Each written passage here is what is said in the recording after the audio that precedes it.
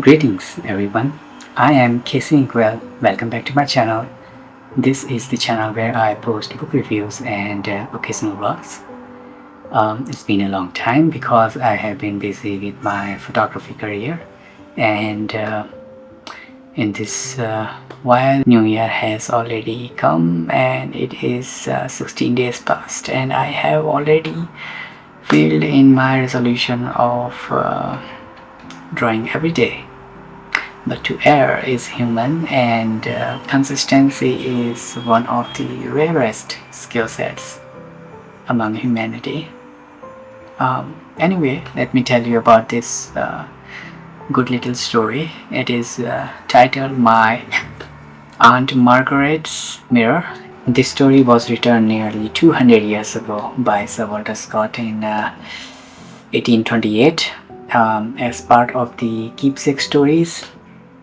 It's a classic example of author's interest in supernatural, family legends, and moral consequences. The story is structured as a frame narrative, where an unnamed narrator recalls his childhood visit to an elderly relative, Aunt Margaret Bothwell, who eventually shares a haunting family legend involving a magic mirror. Mrs. Margaret Bothwell is a wise and slightly superstitious lady living in a quiet, old-fashioned part of Edinburgh. She describes her belief in the milder supernatural, the idea that the past and the spirit world occasionally bleed into the present. To illustrate this, she tells the story of a certain magic mirror that resembled the one in her house. Now, this story's plot is set in the early 18th century, around 1702, and centers on two sisters, Lady Jemima Forrester and Lady Margaret Bothwell. Lady Jemima is married to Sir Philip Forrester, a handsome but notoriously selfish and profligate man. He is also manipulative and emotionally cruel towards his wife. Sir Philip leaves for war in Flanders just for the sake of fame. As months turns into years, Lady Jemima becomes consumed by anxiety and fear for his safety because he had stopped writing letters to her. Desperate for news, Lady Jemima and her sister visit Dr. Battista de Miotti, a mysterious Italian physician, in Edinburgh. He was rumored to have supernatural powers.